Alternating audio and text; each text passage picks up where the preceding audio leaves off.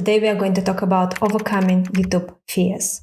So there are two main fears that people have. I'm not enough and I'm not going to be loved. And so these fears, I'm not enough, I'm not going to be loved, of course, come into play when we're thinking about starting a YouTube channel, when we actually start a YouTube channel. However you perform today is enough. You will improve over time. Your channel will improve, your videos will improve. So it's really about just starting and getting better every time and looking at your imperfections with love, looking at it with appreciation that you are in pursuit of mastery, you're going to improve over time. It is just where you are starting. Everyone starts somewhere, and this is your starting point. For example, you may have an accent like myself and feel that that is not going to be a pleasant accent for some people, and that is just the way it is. I can invest significant amount of time in removing my accent, or I can take this time and use it to share the knowledge and expertise I have. And I think that will have a much bigger impact. And I know that is a better way to spend my time because that is how I was spending my time over the last many, many years, well over a decade, building my business, strategytraining.com, firmsconsulting.com, with an incredible team of people. And we are helping people all over the world, people from all over the world writing to us and saying to us how much we help them. So don't worry about your imperfections. Focus on what you can give, the expertise, the knowledge, and even you, just your personality, your sense of humor, the joy that you can bring. That is valuable. And don't be afraid to take up space. Take up space. Literally take up space in the room. We seem to really be afraid. Some of us, if we were not brought up in a certain way, we are afraid to take space in a room.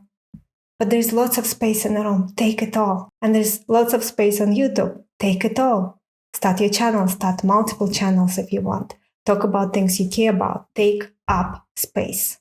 The next thing that will help you to overcome your YouTube fears is to stop thinking about YouTube as a separate endeavor in your life. Instead, think about it as a part of what you're already doing. So, for example, if you're a painter, you can be recording yourself painting your paintings. And then this way you will also find some people who may be interested in purchasing your work. And maybe some people will be interested in you teaching them how to paint. So look at your life, look at the things that you already do anyway that you can record that will be entertaining, interesting, educational for people. And start there. Then it is much less intimidating. You don't need to memorize a script. You don't need to do research. It's all there in your head. In your heart, you just need to set your camera on record and start recording. And if you think about it, we used to always hear when we were growing up that artists starve, but now you don't have to starve if you're an artist. You actually have other ways to monetize your work. You can do your work, record yourself doing your work, and have an additional stream of income and have an additional way to sell your work.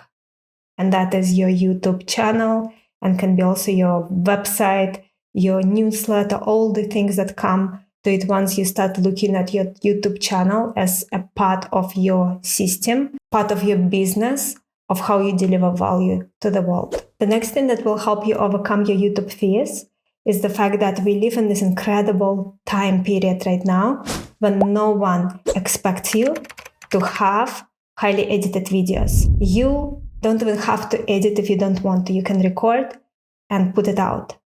If you can edit, make it a little bit more pleasant for people to watch, remove the beginning, the end when there's a dead space, edit out some errors that you may have made, maybe add some graphic to make it more entertaining. What people call pattern interrupt, so people find it easy to pay attention to what you're saying. But even if you cannot do any graphics, don't worry about it. Just as long as you have good audio and more or less good enough video, you are good. Think about how many people now going viral. Their channels are growing, they are monetized, they're making money, and all they're doing is recording in their car or recording when they go for a walk, just with their phone. Often they don't even have a microphone, and it works. Although I would recommend to have a microphone if you can, because unfortunately audio from the phone is still not good enough. You will notice a huge difference between the audio you will get from your phone versus if you use a professional microphone. The next idea that will help you overcome your YouTube fears is understanding that you don't need to start a YouTube channel, and I'm sure you understand it, but a reminder that you don't need to start a YouTube channel on a topic that you do not know enough about. Pick something that actually is comfortable for you, something that if I wake you up at 3 a.m. and ask you about it, you will be able to talk about it, and you will gladly talk about it for hours because you love it. You find it interesting. You can talk to people about it with interest for a long time. You research that topic, you watch videos on that topic. Pick topic like that, something comfortable, something that is not difficult for you to talk about, and start there. You can always start different channels later on that are more difficult in terms of topic. Maybe you don't have yet enough expertise in those areas, but start with something simple so you can hit the ground running, you can easily record, and you will be on your way. So for example, right now I have 30 minutes before podcast recording. I'm recording a podcast in 30 minutes. So I just sat down at my office table. I put on camera, my phone in front of a window. The sun is setting, so I have to do it quickly anyway. And that's it. That is all I'm doing. And I have few bullet points in my notebook just to make sure that I don't forget something important. And that is it. And that is how you want to start. You want to make it as easy as possible for you in terms of recording, in terms of editing, in terms of preparation. And that is how you can make sure that you're consistent. And you want to pick a topic where you know so much on that topic that it is hard for you to even summarize it to few tips that you want to share. So for example, right now, I had 10 that I written down, but I'm going to only share 8 in this video because I don't want to make it too long. But it was so easy for me to write it down. It just comes because it is something that you think about all the time. You live it. That is part of your life. You want something like that for yourself. The next thing to help you overcome your fears is understanding, reminder that it is important not to listen to people who are not on YouTube, telling you that you should not do this, you don't have the skills, you're too old, you're too young, you don't have something that you need to have to succeed. It is silly, it is waste of time, maybe you should do something else with this time. What will other people think about us because you are doing this? All those things. This is your life. This is your business, your future business. This is your life's work. This is your knowledge transfer or your entertainment that you can share with the world. So don't listen to other people who are not on YouTube telling you that you should not do this. And many of those people will mean well. They will think that you already behind on your work. And why would you add this thing to your to-do list that probably will never bring you any income? And why you should even do this because it will make our family look bad.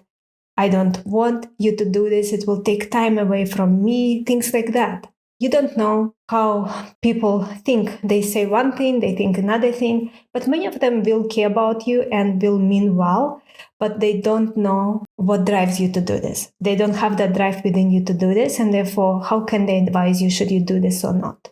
It is your dream. They don't need to understand it. Another way to help you overcome your YouTube fears is a reminder that you don't need to worry about looking bad on camera because you will improve. You will definitely improve.